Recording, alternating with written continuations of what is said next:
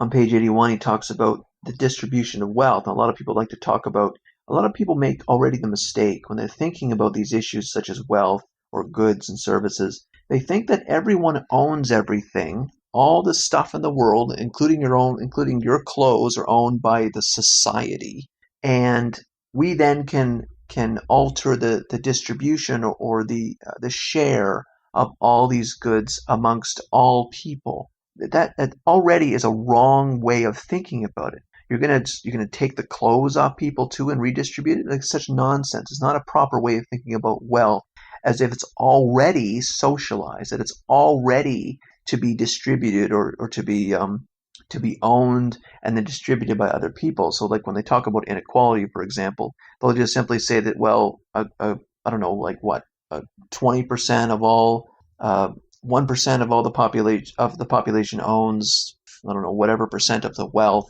and then we should just be able to take that. But it's not yours. We have private property, right? You can't just simply be discussing wealth as if everyone owns it and then we can distribute it differently. This is not how it works. It's not that everyone owns all the sand, the grains of sand in a sandbox, and then we can just all take what we want from it. It's just not the case. There is such thing as private property, and it doesn't allow you to discuss things as if it was already socialized, right?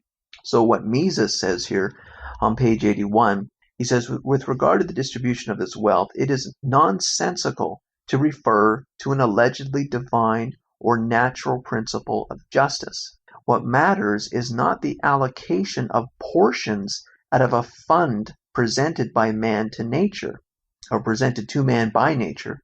The problem is rather to further those social institutions which enable people to continue and to enlarge the production of all things which they need. So some people get in their heads that we have all this wealth is ready for the taking, and some people even are even more deluded and they'll say that it's infinite. And who of course would deny if goods were infinite and everyone had access to them, who would deny people goods, right? If something was free and obtainable by everyone, who would deny people some of those goods? Well, no one. Like, right? If healthcare was, for example, if healthcare was truly free, who would deny someone healthcare?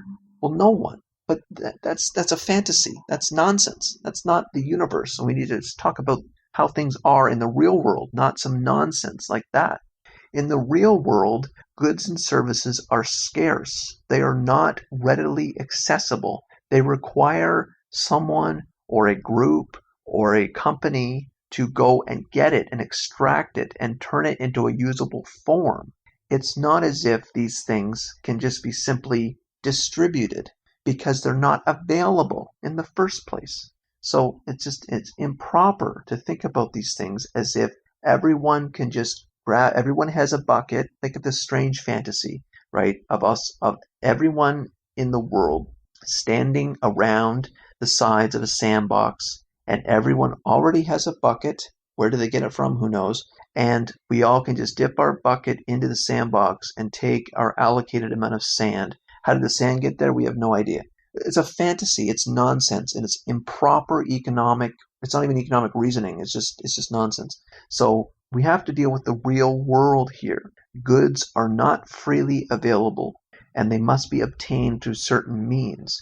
And if you decide to do nothing about your life, why would you deserve distribution of wealth, right? That's a slightly different issue, but still, another very good point here made by Mises is that there is no divine or natural principle of justice here that permits all these goods to just simply be allocated by everyone as if, again, we're all standing around a sandbox. It's nonsense. That's not the situation that we're in.